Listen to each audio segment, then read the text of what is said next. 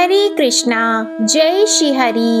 ओम नमः शिवाय। प्रिय भक्तजनों, आज बृहस्पतिवार के दिन आप बृहस्पति देव की बड़ी ही दुर्लभ कथा सुनेंगे। इस कथा को सुनने से भक्तों की सभी मनोकामनाएं भगवान बृहस्पति देव की कृपा से पूर्ण हो जाती हैं। तो आइए बड़ी ही श्रद्धा और प्रसन्न चित्त मन से इस कथा को सुनते हैं। भारतवर्ष में एक प्रतापी और दानी राजा राज्य करता था। वह नित्य गरीबों और ब्राह्मणों की सहायता करता था। यह बात उसकी रानी को अच्छी नहीं लगती थी। वह न ही गरीबों को दान देती, न ही भगवान का पूजन करती थी और राजा को भी दान देने से मना किया करती थी। एक दिन राजा शिकार खेलने वन को गए हुए थे, तो रानी महल में अकेली थी। उसी समय बृहस्पति देव साधु वेश में राजा के महल में भिक्षा लेने के लिए गए और भिक्षा मांगी, तो रानी ने भिक्षा देने से इनकार कर दिया और कहा, हे साधु महाराज, मैं तो दान पुण्य से तंग आ गई हूँ। मेरा पति सारा धन लुटाते रहते हैं। मेरी इच्छा है कि हमारा धन नष्ट हो जाए, फिर न रहेगा बांस, न बजेगी बांसुरी। साधु ने कहा, देवी तुम तो बड़ी विचित्र हो। धन संतान तो सभी चाहते हैं, पुत्र और लक्ष्मी तो पापी के घर भी होने चाहिए। यदि तुम्हारे पास अधिक धन है तो भूखों को भोजन दो, प्यासों के लिए प्याऊ बनवाओ, मुसाफिरों के लिए धर्मशालाएं खुलवाओ। जो निर्धन अपनी कुंवारी कन्याओं का विवाह नहीं कर सकते, उनका विवाह करा दो। ऐसे और कई काम हैं जिनके करने से तुम्हारा यश लोक और परलोक में फैलेगा। परंतु रानी पर उपदेश का कोई प्रभाव नहीं पड़ा। वह बोली, महाराज आप मुझे कुछ न समझाएं, मैं ऐसा धन नहीं चाहती जो हर जगह बांटती फिरूं। साधु ने उत्तर दिया, यदि तुम्हारी ऐसी इच्छा है तो तथास्तु।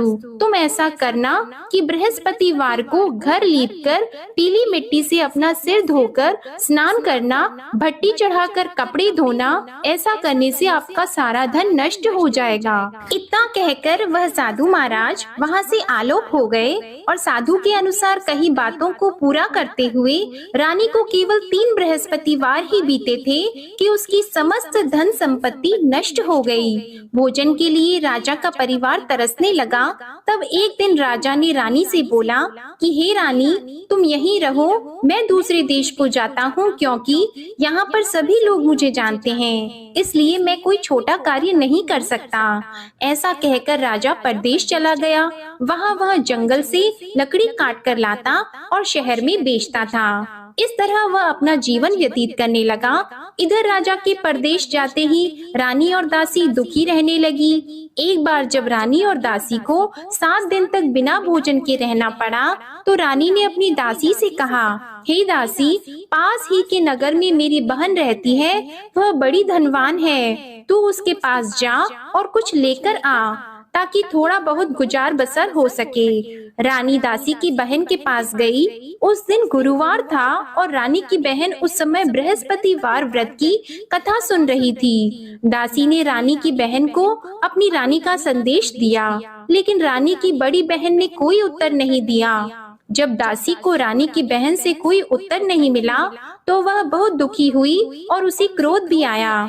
दासी ने वापस आकर रानी को सारी बात बता दी। सुनकर रानी ने अपने भाग्य को कोसा। उधर रानी की बहन ने सोचा कि मेरी बहन की दासी आई थी, परंतु मैं उससे नहीं बोली, इससे वह बहुत दुखी हुई होगी। कथा सुनकर और पूजन समाप्त करके वह अपनी बहन के घर आई और कहने लगी, हे बहन, मैं बृहस्पतिवार का व्रत कर रही थी, तुम्हारी दासी मेरे घर आई थी, परंतु जब तक कथा होती है तब तक न तो उठते हैं और न ही बोलते हैं, इसलिए मैं नहीं बोली। कहो दासी क्यों गई थी? रानी बोली, बहन तुमसे क्या छिपाऊं, हमारे घर में खाने तक को अनाज नहीं था। ऐसा कहते कहते रानी की आंखें भर आई।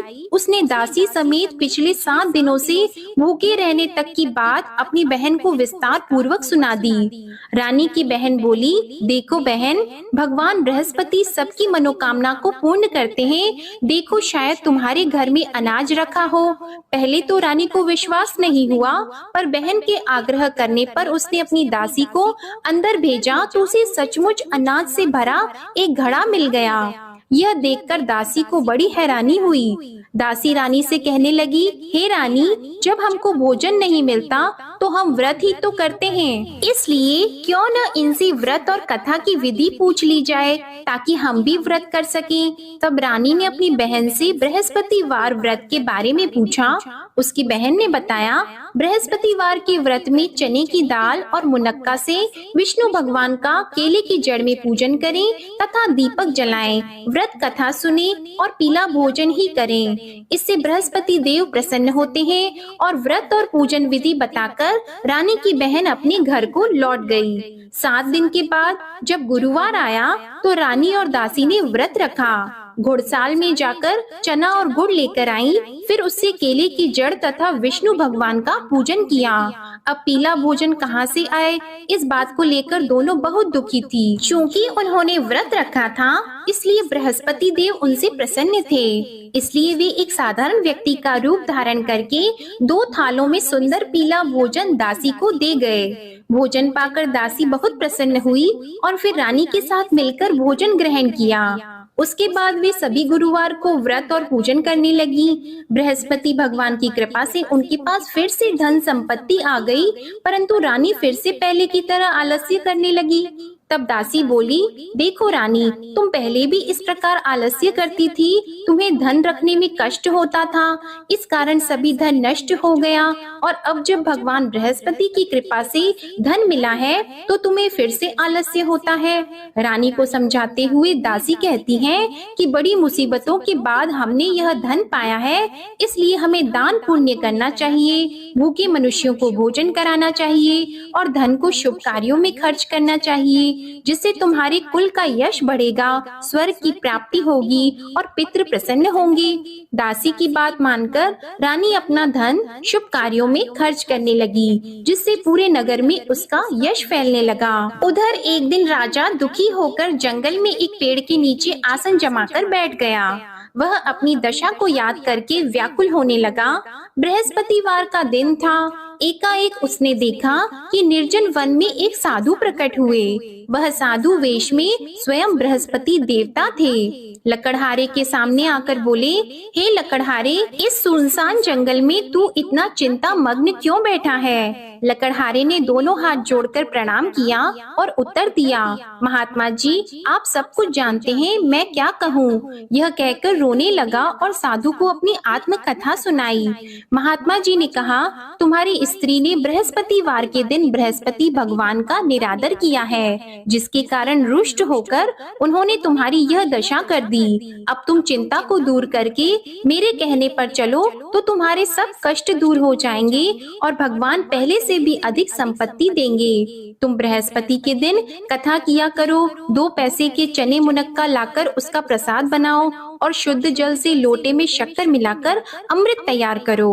कथा के पश्चात अपने सारे परिवार और सुनने वाले प्रेमियों में अमृत व प्रसाद को बांटकर खुद भी ग्रहण करो। ऐसा करने से भगवान तुम्हारी सब मनोकामनाएं पूरी करेंगे। साधु के ऐसे वचन सुनकर लकड़हारा बोला, हे प्रभु, मुझे लकड़ी बेचकर इतना पैसा नहीं मिलता जिससे भोजन के उपरांत कुछ बचा सकूं। मैंने रात्रि में अपनी स्त्री को व्याकुल देखा है, मेरे पास कुछ भी नहीं जिससे मैं उसकी खबर मंगा सकूं। साधु ने कहा, हे लकड़हारी, तुम किसी बात की चिंता मत करो। बृहस्पतिवार के दिन तुम रोजाना की तरह लकड़ियां लेकर शहर को जाओ। तुमको रोज से दुगना धन प्राप्त होगा, जिससे तुम भली भांति भोजन कर लोगे और बृहस्पति देव की पूजा का सामान भी आ जाएगा। इतना कहकर साधु अंतर ध्यान हो गए। धीरे धीरे समय व्यतीत होने पर फिर वही बृहस्पतिवार का दिन आया। लकड़हारा जंगल से लकड़ी काटकर किसी शहर में बेचने गया। उसे उस दिन और दिन से अधिक पैसा मिला। राजा ने चना गुड़ आदि लाकर गुरुवार का व्रत किया।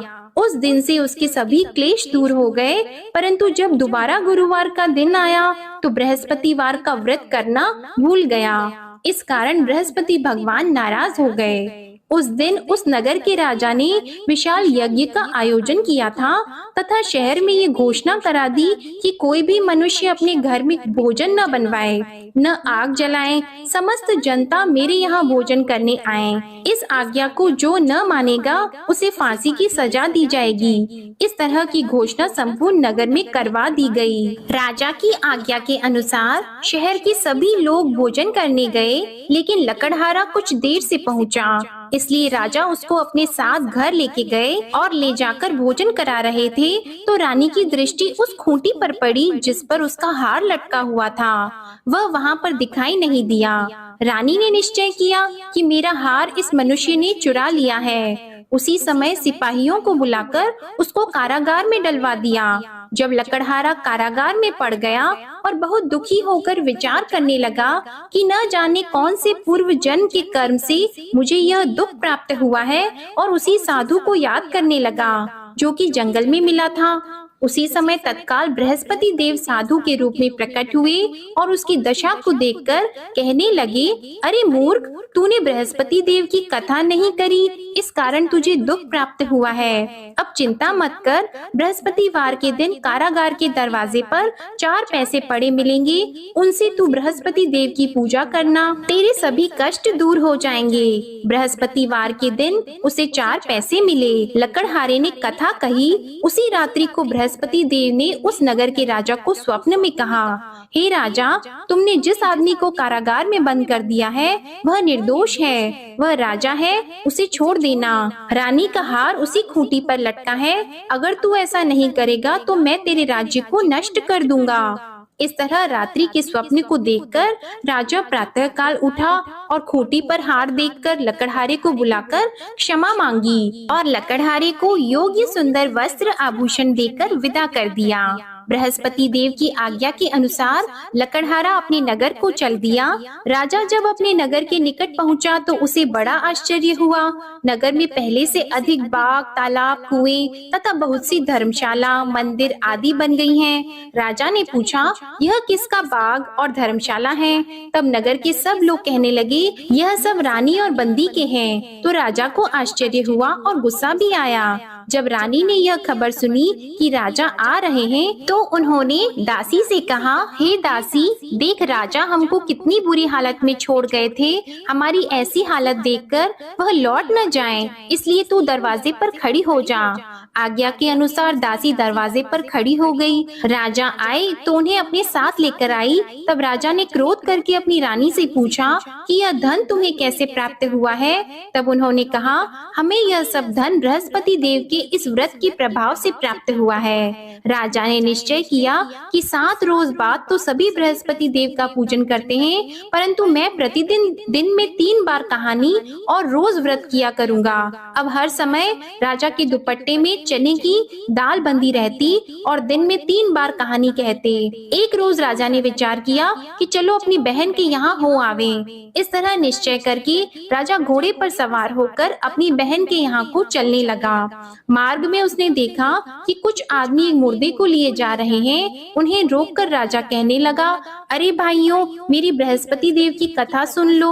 वे बोले, लो हमारा तो आदमी मर गया है, इसको अपनी कथा की पड़ी है। परंतु कुछ आदमी बोले, अच्छा कहो, हम तुम्हारी कथा भी सुनेंगे। राजा ने दाल निकाली और जब कथा आधी हुई थी कि मुर्दा हिलने लग गया, और जब कथा समाप्त हो गई तो राम राम करके मनुष्य उठकर खड़ा हो गया। आगे मार्ग में उसे एक किसान खेत में हल चलाता मिला तो राजा ने उसे देखकर बोला, अरे भैया, तुम मेरी बृहस्पतिवार की कथा सुन लो। किसान बोला, जब तक मैं तेरी कथा सुनूंगा तब तक 4 हरैया जोत लूंगा, जा अपनी कथा किसी और को सुनाना। इस तरह राजा आगे चलने लगा। राजा के हटते ही बैल पछाड़ खाकर गिर गए और किसान के पेट में बड़ी जोर का दर्द होने लगा। उस समय उसकी माँ रोटी लेकर आई और उसने जब यह देखा तो अपने पुत्र से सब हाल पूछा और बेटे ने सभी हाल कह दिया। तो बुढ़िया दौड़ी दौड़ी उस घुड़सवार के पास गई और उससे बोली कि मैं तेरी कथा सुनूंगी, तू अपनी कथा मेरे खेत पर चलकर ही कहना। राजा ने बुढ़िया के खेत पर जाकर कथा कही, जिसके सुनते ही वह बैल उठकर खड़े हुए तथा किसान के पेट का दर्द भी बंद हो गया। राजा अपनी बहन के घर पहुंचा। बहन ने भाई की खूब मेहमानी की। दूसरे रोज प्रातः काल राजा जगा तो वह देखने लगा कि सब लोग भोजन कर रहे हैं। राजा ने अपनी बहन से कहा, ऐसा कोई मनुष्य है जिसने भोजन नहीं किया हो? मेरे बृहस्पतिवार की कथा सुन ले। बहन बोली, हे भैया, यह देश ऐसा है कि पहले यहाँ लोग भोजन करते हैं, बाद में अन्य काम करते हैं। अगर कोई पड़ोस में हो तो देख आऊं। वह ऐसा कहकर देखने चली गई, परंतु उसे कोई ऐसा व्यक्ति नहीं मिला जिसने भोजन न किया हो। अतः वह एक कुम्हार के घर गई, जिसका लड़का बीमार था। उसे मालूम हुआ कि उनके यहाँ 3 रोज से किसी ने भोजन नहीं किया है। रानी ने अपने भाई की कथा सुनने के लिए कुम्हार से कहा। वह तैयार हो गया। राजा ने जाकर बृहस्पतिवार की कथा कही, जिसको सुनकर उसका लड़का ठीक हो गया। अब तो राजा की प्रशंसा होने लगी। एक रोज राजा ने अपनी बहन से कहा कि हे बहन, हम अपने घर को जाएंगे, तुम भी तैयार हो जाओ। राजा की बहन ने अपनी सास से कहा, तो सास ने कहा, हाँ चली जा, परंतु अपने लड़कों को मत ले जाना, क्योंकि तेरे भाई की कोई औलाद नहीं है। बहन ने अपने भैया से कहा, हे भैया, मैं तो चलूंगी पर कोई बालक नहीं चलेगा। तो राजा बोला, जब कोई बालक नहीं चलेगा तब तुम ही क्या करोगी? बड़े दुखी मन से राजा अपने नगर को लौट आया। राजा ने अपनी रानी से कहा, हम निर्वंशी हैं, हमारा मुंह देखने का धर्म नहीं है और कुछ भोजन आदि नहीं किया है। रानी बोली, हे प्रभु, बृहस्पति देव ने हमें सब कुछ दिया है, वह हमें औलाद अवश्य देंगे। उसी रात को बृहस्पति देव ने राजा से स्वप्न में कहा, हे राजा उठो, सभी सोच त्याग दो, तेरी रानी गर्भ से है। राजा को यह बात सुनकर बड़ी खुशी हुई। 9वें महीने में उसके गर्भ से एक सुंदर पुत्र पैदा हुआ। तब राजा बोला, हे रानी, स्त्री बिना भोजन के रह सकती है, पर बिना कहे नहीं रह सकती। जब मेरी बहन आएगी तुम उससे कुछ मत कहना। रानी ने सुनकर हाँ कर दिया। जब राजा की बहन ने यह शुभ समाचार सुना तो वह बहुत खुश हुई और बधाई लेकर अपने भाई के यहाँ आई। तभी रानी ने कहा, घोड़ा चढ़कर तो नहीं आई है, गधा चढ़कर आई है।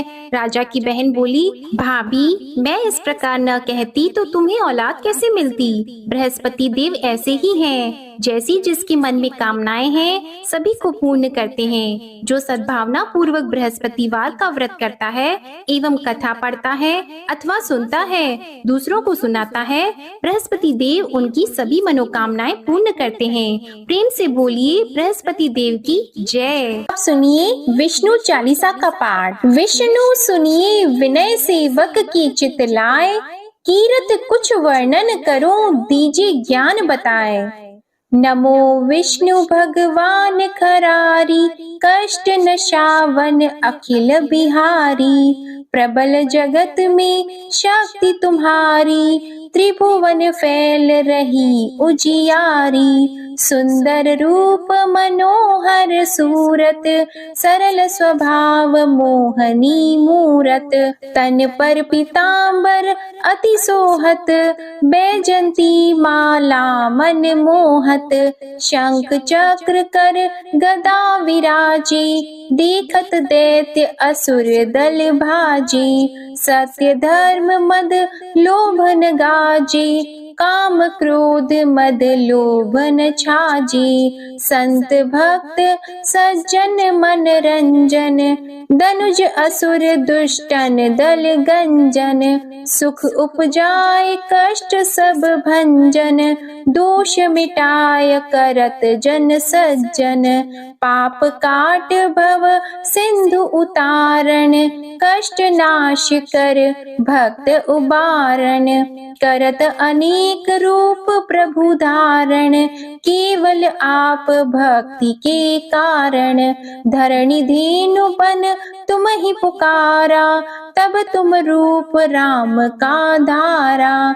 भार उतार असुर दल मारा, रावण आदित्य को संहारा। आप वराह रूप बनाया, हिरण्याक्ष को मार गिराया। धर्मस्य तन सिंधु बनाया, 14 रत्नन को निकलाया। अमिलख असुरन द्वंद मचाया, रूप मोहिनी आप दिखाया।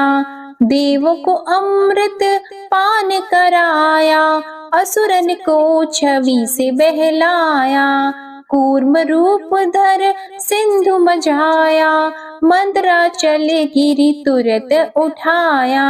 शंकर का तुम फंद छुड़ाया, भस्मासुर को रूप दिखाया। वेदन को जब असुर डुबाया, कर प्रबंध उन्हें ढूंढवाया। मोहित बन कर खल ही नचाया, उस ही कर से भस्म कराया। असुर जलंधर अति बलदाई, शंकर से उनकी न लड़ाई। हार पार शिव सकल बनाई, कीन सती से छल खल जाई। सुमिरन कीन तुम्हें शिव रानी, बतलाई सब विपत कहानी। तब तुम बने मुनीश्वर ज्ञानी, वृंदा की सब सुरति भुलानी। देख 3 धनुज शैतानी, वृंदा आए तुम्हें लपटानी। हो स्पर्श धर्म क्षति मानी, हना असुर उर शिव शैतानी। तुमने ध्रुव प्रहलाद उबारे, हिरणाकुश आदिक खल मारे। गणिका और अजामिल तारे, बहुत भक्त भव सिंधु उतारे। हरहु सकल संताप हमारे, कृपा करहु हरि सिरजनहारे। देखहु मैं निज दर्श तुम्हारे, दीप बंधु भक्तन हितकारे। चाहता आपका सेवक दर्शन, करहु दया अपनी मधुसूदन। जानो नहीं योग्य जब पूजन, होय यज्ञ स्तुति अनुमोदन। शील दया संतोष सुलक्षण, विदित नहीं व्रत बोध विलक्षण। करहु आपका किस विधि पूजन, कुमति विलोक होत दुख भीषण। करहु प्रणाम कौन विधि सुमिरन, कौन भांति मैं करहु समर्पण। सुर मुनि करत सदा सेवकाई, हर्षित रहत परम गति पाई। दीन दुखिन पर सदा सहाई, निज जन जान लेव अपनाई। पाप दोष संताप नशाओ, भव बंधन से मुक्त कराओ। सुत संपत्ति दे सुख उपजाओ, निज चरणन का दास बनाओ। निगम सदा ये विनय सुनावे, पढ़े सुने सो जन सुख पावे। ओम श्री विष्णवे नमः। अब आप भगवान बृहस्पति देव की आरती श्रवण कीजिए। ओम जय बृहस्पति देवा, ओम जय बृहस्पति देवा। छिन छिन भोग लगाओ, कदली फल मेवा। ओम जय बृहस्पति देवा। तुम पूर्ण परमात्मा, तुम अंतर्यामी। जगत पिता जगदीश्वर, तुम सबके स्वामी। ओम जय बृहस्पति देवा। चरणामृत निज निर्मल, सब पातक हरता। सकल मनोरथ दायक, कृपा करो भरता। ओम जय बृहस्पति देवा। तन मन धन अर्पण कर, जो जन शरण पड़े। प्रभु प्रकट तब होकर, आकर द्वार खड़े। ओम जय बृहस्पति देवा। दीन दयाल दयानिधि, भक्तन हितकारी। पाप दोष सब हरता, भव बंधन हारी। ओम जय बृहस्पति देवा सकल मनोरथ दायक सब संशय तारो विषय विकार मिटाओ संतन सुखकारी। ओम जय बृहस्पति देवा जो कोई आरती तेरी प्रेम सहित गावे ज्येष्ठानंद बंद सो निश्चय ही पावे। ओम जय बृहस्पति देवा ओम जय बृहस्पति देवा। प्रेम से बोलिए भगवान बृहस्पति देव की जय। बोलिए भगवान श्री लक्ष्मी नारायण जी की जय। आपको आज की कथा पसंद आए, आरती पसंद आए तो वीडियो को लाइक कीजिएगा, शेयर कीजिएगा, कमेंट में भगवान बृहस्पति देव जी की जय लिखिएगा और हमारे चैनल को भी सब्सक्राइब कीजिएगा। इसी के साथ पौष मास महात्म्य की कथाओं को भी हमारे चैनल पर जरूर सुनिएगा। प्रेम से बोलिए भगवान श्री लक्ष्मी नारायण जी की जय।